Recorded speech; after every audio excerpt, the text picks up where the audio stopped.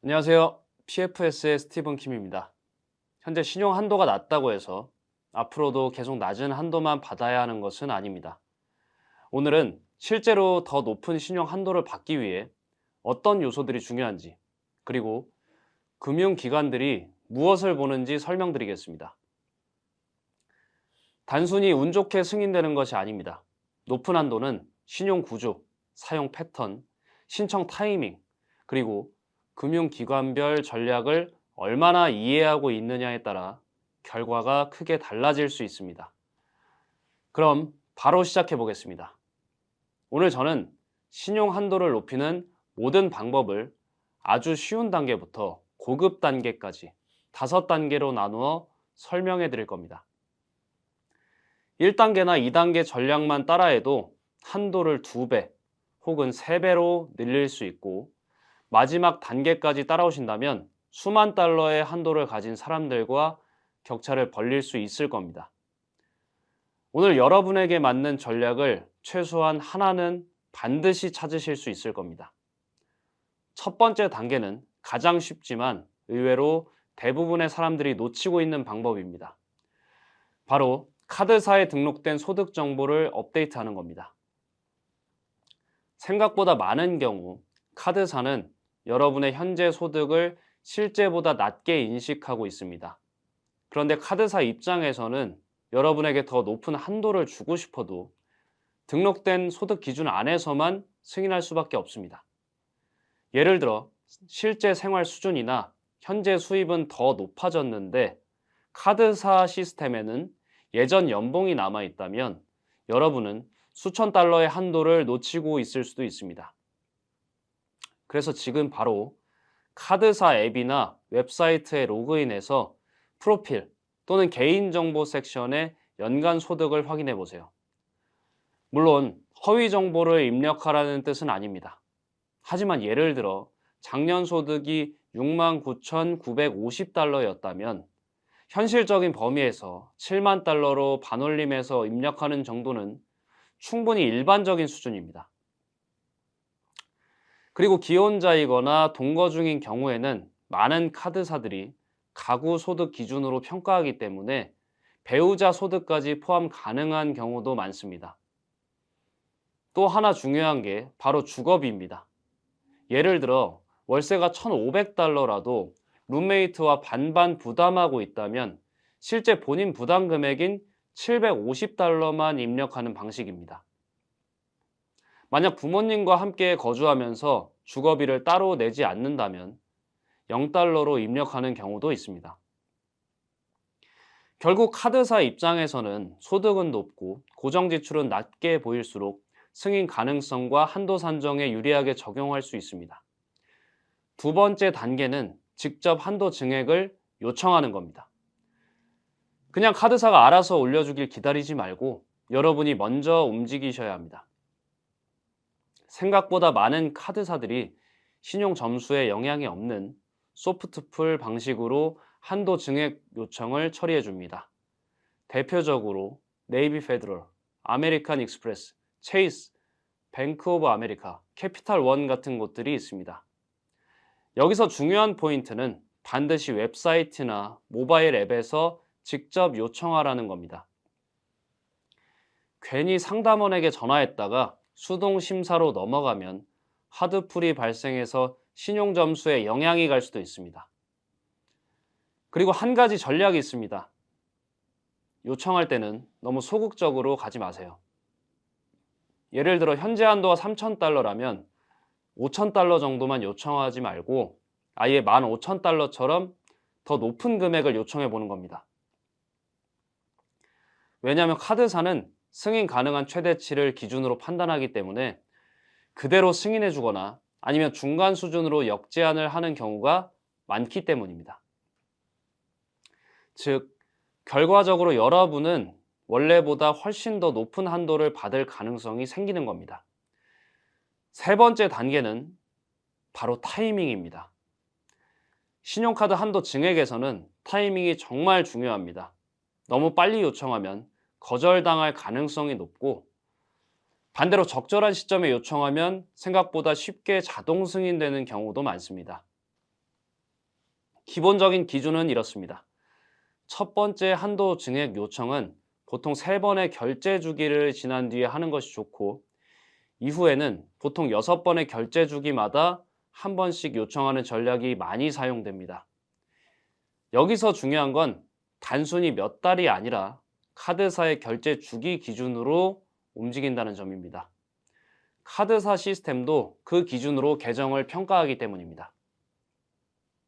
저 같은 경우에도 6개월마다 캘린더 알람을 맞춰놓고 꾸준히 네이비 페더럴에 한도 증액 요청을 했고, 결국 한 장의 카드 한도를 6만 5천 달러까지 올린 경험이 있습니다. 그리고 만약 처음 카드를 발급받았을 때 한도가 너무 낮게 나왔다면 바로 포기하지 마세요. 그럴 때는 카드사에 전화해서 예를 들어 이렇게 이야기할 수도 있습니다. 방금 카드를 발급받았는데 생각보다 한도가 낮게 나왔습니다. 곧 집수리나 가구 구매 같은 큰 지출이 예정되어 있는데 한도를 조금 더 올려주실 수 있을까요? 실제로 이런 식의 요청만으로도 3,000달러 한도가 10,000달러 수준으로 올라가는 사례들이 꽤 있습니다. 네 번째 단계는 카드사가 좋아하는 고객이 되는 겁니다. 카드사는 결국 여러분이 카드를 사용할 때 돈을 벌기 때문에 실제로 카드를 꾸준히 쓰는 고객에게 더 높은 한도를 주는 경향이 있습니다.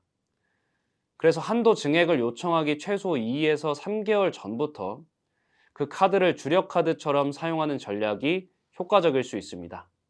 식비, 주유비, 구독 서비스 같은 생활 지출을 꾸준히 몰아서 사용하는 겁니다. 여기서 중요한 개념이 바로 사이클링입니다.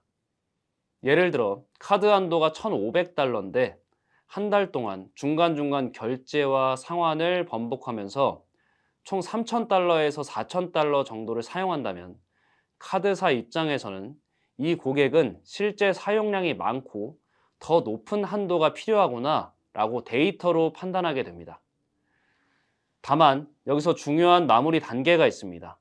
한도 증액 요청을 하기 약 일주일 전에는 카드 잔액을 전체 한도의 10% 이하, 가능하면 1에서 6% 수준까지 낮춰두는 것이 좋습니다. 왜냐하면 카드사는 이 수치를 통해 여러분의 신용 사용 습관을 평가하고 신용 점수 역시 이용률이 낮을 때 가장 유리하게 계산되는 경우가 많기 때문입니다. 마지막 5번째 단계는 신용 프로필 자체를 최적화하는 것입니다. 솔직히 말씀드리면 앞에서 설명한 전략들을 다 사용하더라도 신용 프로필 자체가 너무 불안정하면 결국 거절될 가능성이 높습니다. 첫 번째는 전체 신용 이용률 관리입니다. 전체 카드 사용 금액이 전체 한도의 30%를 넘지 않는 것이 중요하고, 가능하면 10% 이하로 유지하는 게 가장 이상적입니다. 두 번째는 개별 카드 이용률입니다. 특히 한도 증액을 요청하려는 카드의 잔액은 최대한 낮게 유지하는 것이 좋습니다. 카드사 입장에서는 급하게 돈이 필요한 사람보다 여유 있게 신용을 관리하는 고객에게 더 높은 한도를 주는 경향이 있기 때문입니다. 세 번째는 신용조회 관리 전략입니다.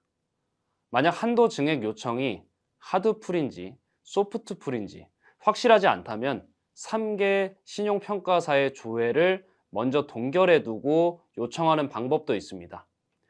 만약 소프트풀이면 그대로 진행될 것이고, 하드풀이 필요한 경우에는 동결을 해제하라는 안내가 뜨기 때문에 불필요한 점수 하락을 어느 정도 피할 수 있습니다. 그리고 마지막으로 거절당했다고 끝난 게 아닙니다. 카드사에서 보내주는 애드버스 액션 레터를 꼭 읽어보세요. 거기에는 왜 거절됐는지가 꽤 구체적으로 적혀 있습니다. 예를 들어 부채 비율이 높다면 잔액을 더 줄이고, 최근 신용조회가 많다면 몇 달 동안 신규 신청을 멈추는 식으로 문제를 하나씩 개선해 나가는 것이 중요합니다. 마지막으로 보너스 전략 하나를 알려드리겠습니다. 바로 신용 한도 재배분 전략입니다. 많은 분들이 모르고 계시는데 같은 은행 안에서는 카드끼리 신용 한도를 옮길 수 있는 경우가 꽤 많습니다. 예를 들어 체이스 카드가 두 장 있다고 가정해 보겠습니다. 기존 사파이어 카드에 15,000달러 한도가 있고 새로 만든 프리덤 카드에는 3,000달러 한도만 있다고 해보죠. 이럴 때 카드사에 전화해서 사파이어 카드 한도 일부를 프리덤 카드로 옮겨달라고 요청할 수 있습니다. 예를 들어 7,000달러를 이동하면 프리덤 카드 한도가 총 10,000달러가 되는 겁니다. 왜 이 전략이 중요하냐면 새 카드가 0% APR 프로모션 기간이라면 훨씬 더 큰 금액을 무이자에 가깝게 활용할 수 있기 때문입니다. 그리고 좋은 점은 이런 한도 재배분은 대부분 새로운 신용조회 없이 전화 한 통으로 바로 처리 가능한 경우가 많다는 점입니다. 다만 여기서 꼭 알아두셔야 할 주의사항이 있습니다. 신용카드 한도를 무조건 높이는 게 항상 좋은 것만은 아닙니다. 예를 들어 체이스 같은 일부 은행들은 고객의 전체 신용 한도를 소득 대비 일정 수준까지만 승인하는 경향이 있습니다.